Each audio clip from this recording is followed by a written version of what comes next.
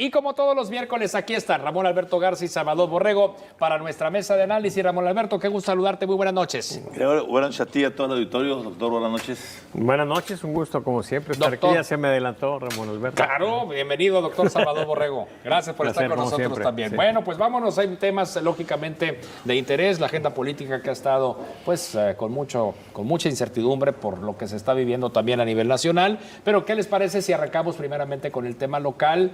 Pues nuevo Congreso y los mismos problemas, los viejos conflictos, en donde yo aquí les preguntaba que si al llegar los nuevos diputados se podían ahí componer un poco los temas, sobre todo por la configuración que se iba a dar el Congreso. Dice, oye, pues más o menos se podía equilibrar. Oye, pues nada, pues es más, no han podido sesionar y cuestionan el nombramiento de la mesa directiva y pues obviamente entregan un presupuesto mismo que pues sigue frenado. ¿Cómo se va a resolver? ¿Cómo se podría destrabar la situación en el Poder Legislativo ahora que llegan diputados que pues quizá no traen los vicios del pasado? Ramón Alberto. Gregorio, tenemos que entender que en Nuevo León se está gestando un laboratorio. Un laboratorio. Un laboratorio que yo le llamaría el laboratorio Fosforena.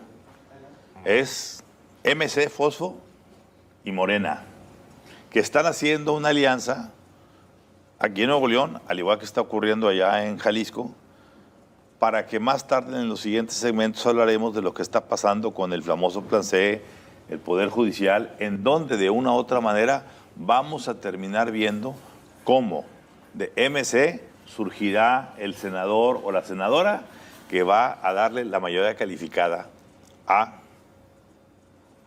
presidente para sacar adelante sus reformas. Pero en ese contexto regresamos a Nuevo León y decimos, ¿qué ha pasado en Nuevo León? Bueno, pues primero, que no se ha podido sesionar ninguno de los 3 días que ha habido. ¿Por qué? Por falta de quórum. ¿Y qué es esa falta de quórum? La ausencia de MC y también de Morena. El día de hoy, por ejemplo, pues no se presentaron, se tomó lista a las 11, hasta las 11:23 llegaron el bloque, dijeron aquí estamos, pero pues ya se había pasado el momento, etcétera. Es decir, las fricciones siguen. ¿Y siguen por qué? Porque están confrontados por el asunto de la famosa mesa directiva y del famoso voto perdido que anda por ahí, que rompe el famoso 21-21. Que son 42 diputados, entonces tienes PRI, PAN, PRD, da 21. Así es. Movimiento Ciudadano, Morena, Partido del Trabajo y Partido Verde son los otros 21. ¿Dónde está el meollo, Gregorio, aquí, doctor, de la discusión? En que aquí se le tenía que dar la presidencia a la primera minoría. La pregunta es, ¿quién era la primera minoría? Movimiento Ciudadano. Decía Movimiento Ciudadano, sí, pero no, porque pasaron los 2 diputados del PRD a convertirse en priistas. A ver, nos da risa, pero son 2. Sí. En la Ciudad de México, 15 diputados del Partido Verde pasaron de pronto a ser guindas y a ser morenistas sin que nadie protestara. Entonces, a nivel federal sí se puede chapulinear y a nivel local no. ¿Cuál es la regla del juego? Dicho eso, pues está hecha la conformación, porque están diciendo que ese famoso voto de que dio no el 21 sino el 22 se inventó, se duplicó. No, señor. Aquí hubo dentro de Morena una gran traición. Un personaje que ya han sacado por ahí el nombre, Jesús Elizondo. Diputado morenista. Diputado morenista, que había sido priista antes.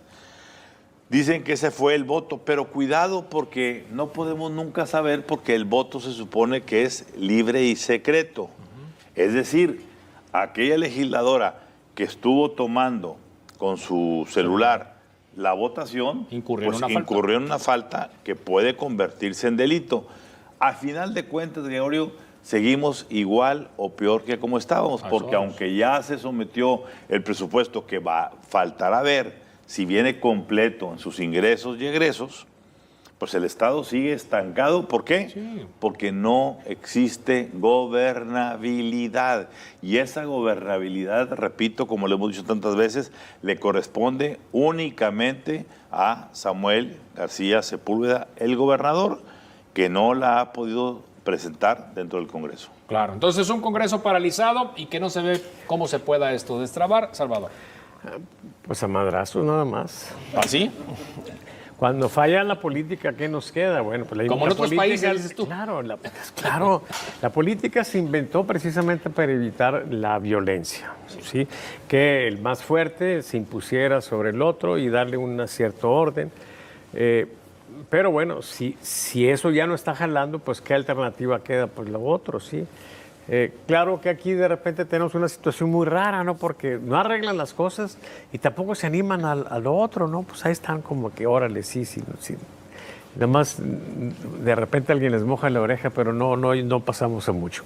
Y bueno, es una situación lamentable. Lo interesante, y es quizá lo que le da sentido, es que las leyes nuestras son muy curiosas porque no cierran las cosas. Sí, o sea, tú no mandas el presupuesto, bueno, entonces puedes ejercer el anterior. Entonces, en la medida en que te esté dando opciones para no hacer lo que debes de hacer, pues esas opciones se van a tomar.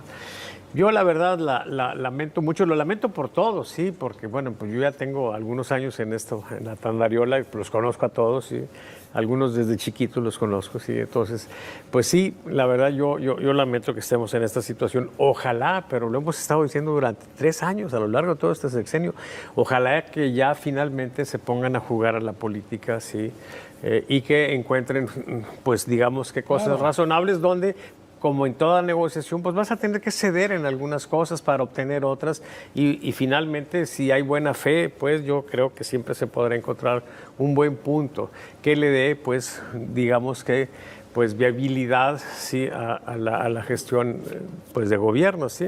A ver, Gregorio, aquí hemos dicho reiteradamente, la política es el arte de tender un puente entre lo deseable y lo posible. Claro, conciliar. El gobernador puede desear todo lo que quiera, que realmente es posible. Y la oposición puede también desear todo lo que quiera, que es posible. Por eso la política siempre termina a mitad del puente, en el justo medio. Y ambas partes tienen que ceder un poco. Pero vamos a ver esto. Yo sigo preguntándome, y lo digo ante el auditorio para que cuestionemos. No. Si el presupuesto no se había presentado y se estaba ejerciendo el mismo presupuesto del año pasado, ¿por qué al mes de agosto las arcas estatales están vacías? ¿En qué se gastaron?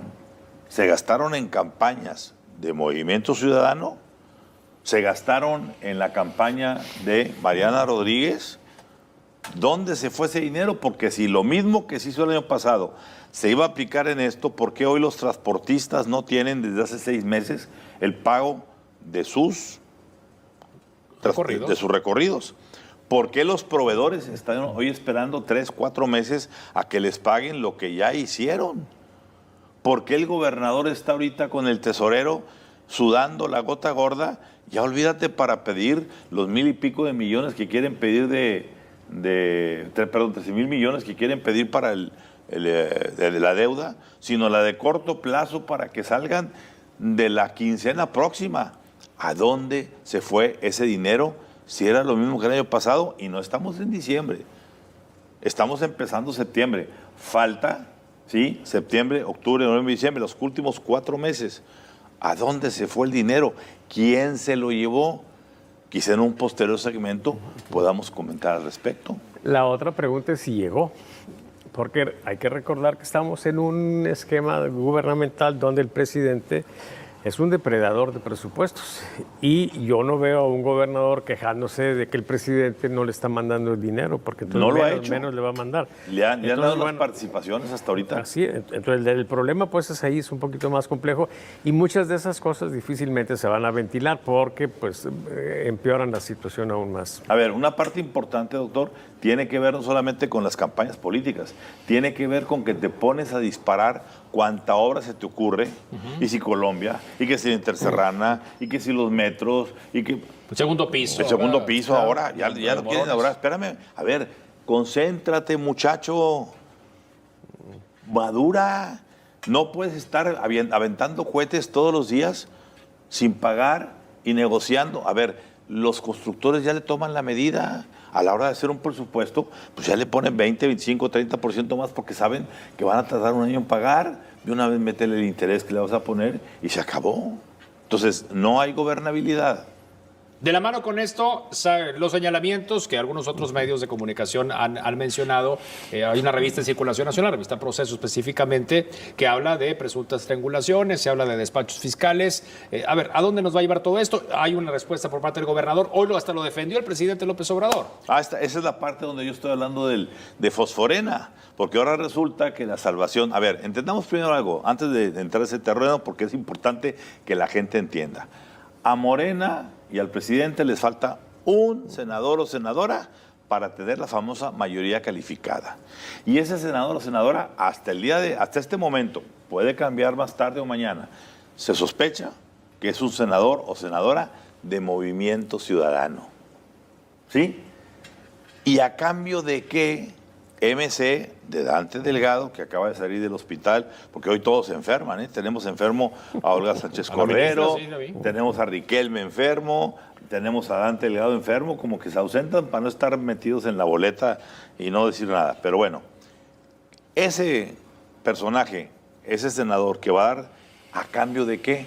Pues ya vimos esta semana pasada que Enrique Alfaro vino con el presidente, como nunca lo hemos visto, en su propio despacho al presidente, a decirle, mi carrera te la debo a ti, tú eres mi inspiración y gracias porque, caray, no era Alfaro del otro lado y hablando de cosas. ¿Por qué tuvo que ir Alfaro ahí a decir eso? Para que el presidente le destrabe dentro del acuerdo fosforeno, que le destrabe la disputa de Lemus con la candidata de Morena en Jalisco, que todavía no se les da el fallo definitivo.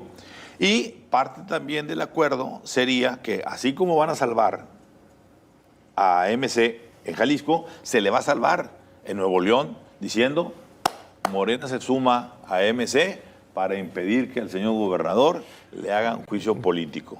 Dicho eso, lo que publica la revista Proceso, para mí lo más preocupante, porque gran parte de lo que se publica ahí, ya medios locales, comenzando por Código Magenta, habíamos sacado los 2.400 millones de facturación de los despachos, multiplicando por miles de millones los negocios, señalando quiénes estaban metidos y quiénes no. La preocupación es que se vincule al gobernador y a su círculo más cercano con el crimen organizado como gentes, no solamente con relaciones, sino con vinculaciones financieras y económicas que hacen ver por segunda ocasión. Recordemos que ya el gobernador y su familia fueron señalados con vinculaciones con un cártel de Tamaulipas en la campaña.